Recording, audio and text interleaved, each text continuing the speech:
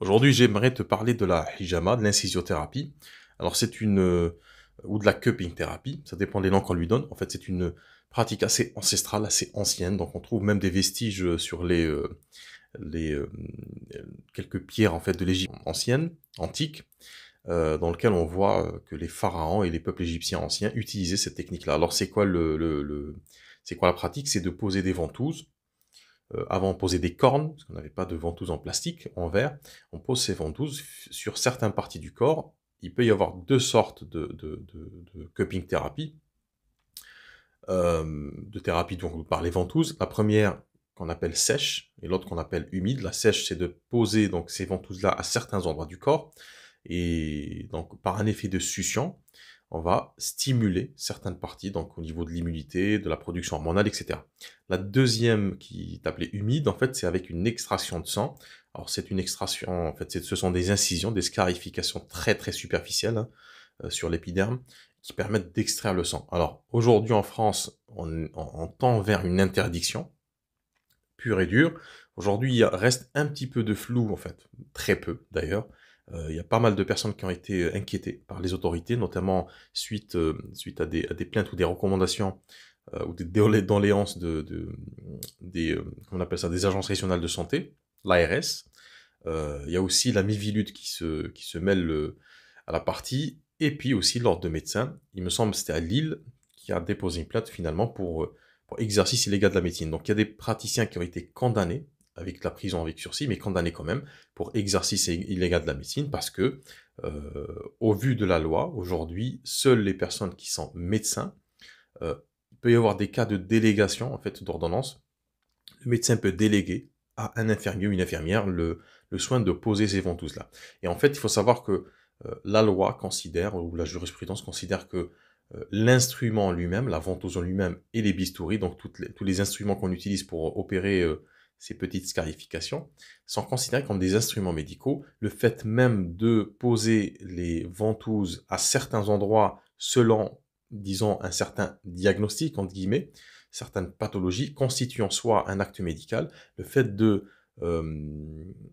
faire croire ou de faire penser, donc de créer de la confusion dans l'esprit du consultant, et pas du patient, de consultant, que c'est un acte qui peut remplacer un acte médical. Le fait, par exemple, de retarder, de demander au consultant et pas le patient, de retarder, par exemple, un acte médical ou une opération et de la conditionner par le fait de faire cette incisiothérapie, cette cupping thérapie, est aussi considéré comme délictueux, comme exercice illégal de la médecine. Donc aujourd'hui, quelle est la situation?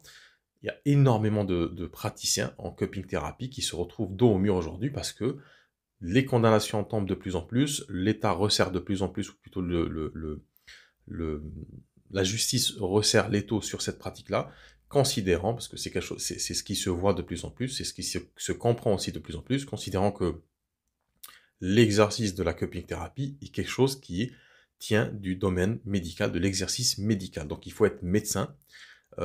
C'est pas suffisant il n'est pas suffisant d'être infirmier parce que un infirmier n'a pas en principe le droit de poser un diagnostic médical. Donc seuls les médecins sont habilités à utiliser la cupping thérapie dans le cadre de leur exercice médical et ils peuvent déléguer la pose de ces ventouses, disons, à des endroits précis, selon, on va dire, une thérapeutique précise, médicale, chez certains patients, à des endroits précis, en utilisant et la cupping thérapie sèche, c'est-à-dire sans extraction de sang, et l'autre thérapie, enfin l'autre façon de faire, c'est-à-dire avec extraction de sang. Donc, aujourd'hui, si tu fais de la cupping thérapie, sache que c'est extrêmement risqué de continuer à le faire. Tu risques de tomber sous le coup de la loi, tu risques de tomber sous le coup d'une condamnation, d'un dépôt de plainte. Alors pas forcément de... Alors, j'ai pas parlé, ça peut aussi être justifié justement par toutes ces interdictions et toute cette pression qui est mise sur ces praticiens, peut en partie être justifiée par le manque de sérieux et le manque d'intégrité de certains praticiens qui pratiquent dans des conditions catastrophiques, c'est-à-dire sans prendre en compte le côté, la propreté la plus élémentaire, l'endroit où est pratiquée cette pratique, et puis même aussi le fait de, parfois, le praticien se substitue par lui-même, en fait, au médecin, et il va poser des diagnostics, il va retarder certains traitements, il va passer, par exemple, le fait de dire, pour des personnes qui ont des infections assez lourdes, ne fais pas tel traitement, c'est toxique, viens plutôt chez moi, on va faire quelques séances et tu vas voir, ça va améliorer ta santé. Donc tout ça, c'est bien entendu interdit, mais le fait de faire cette chose-là, en fait, ça va retarder la guérison de la personne, et il peut arriver, je pense que c'est déjà arrivé, que certains consultants, certains patients de médecins se retrouvent avec un état de santé beaucoup plus aggravé parce que le praticien on va dire, a court-circuité le travail du médecin. Donc, toutes ces raisons expliquent pourquoi il y a de plus en plus de pression sur ces pratiques-là. Alors, j'espère que cette pratique-là sera, disons, autorisée dans un cadre beaucoup plus réglementé. Ça serait quelque chose de formidable parce que c'est une pratique qui est exceptionnelle. Moi-même, à titre personnel, j'ai déjà subi, enfin déjà bénéficié de cette pratique-là pour un problème de sciatique, et je peux dire à titre personnel, je suis pas médecin, à titre personnel, c'est quelque chose qui m'a guéri personnellement. J'ai plus de soucis de sciatique.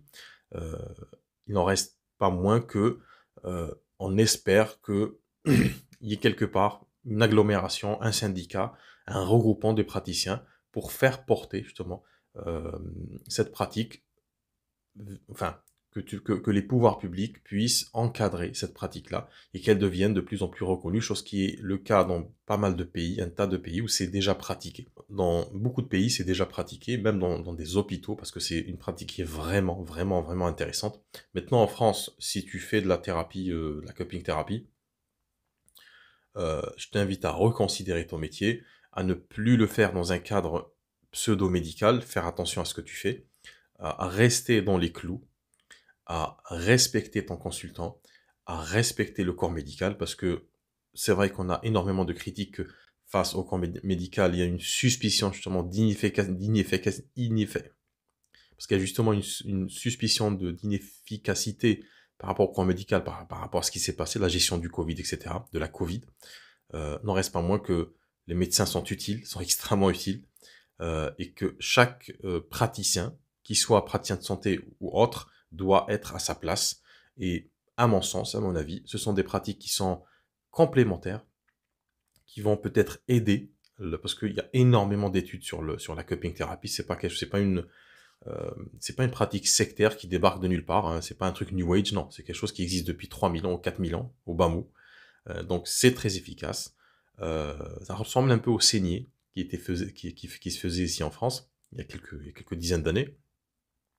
Donc moi, mon souhait, j'aimerais que, alors c'est peut-être un vœu pieux, mais j'aimerais que cette pratique-là s'organise et puis porte porte l'intérêt de la pratiquer dans un cadre beaucoup plus formel, euh, et auquel cas il faudra forcément créer une agglomération, créer une institution, une association, un collectif, quelque chose qui permette de discuter avec les autorités, parce qu'aujourd'hui, ce qui se passe, c'est qu'il y a énormément de moins en moins, mais il y a énormément de praticiens en cupping thérapie, en hijama, euh, qui travaillent de manière complètement isolée, sans savoir si c'est... Alors, beaucoup ne savent pas que ce qu'ils font est, au sens de la loi, interdit.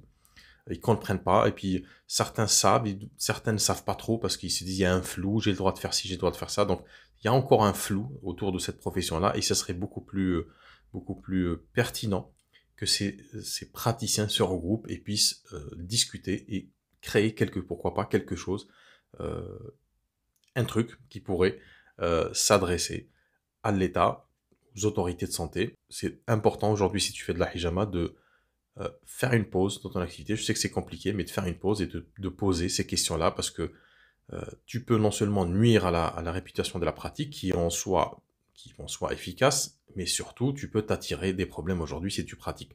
Alors, tu peux pratiquer les ventouses dans un cadre non pas médical ou pseudo-médical, mais dans le cadre bien-être, sans forcément parler, c'est-à-dire tomber sous le coup de la loi, c'est-à-dire diagnostic, soins, etc. Donc aujourd'hui, j'ai voulu aborder rapidement cette question-là. Dis-moi en commentaire aujourd'hui comment tu fais si tu es thérapeute en hijama, comment tu arrives à te sortir de cette situation.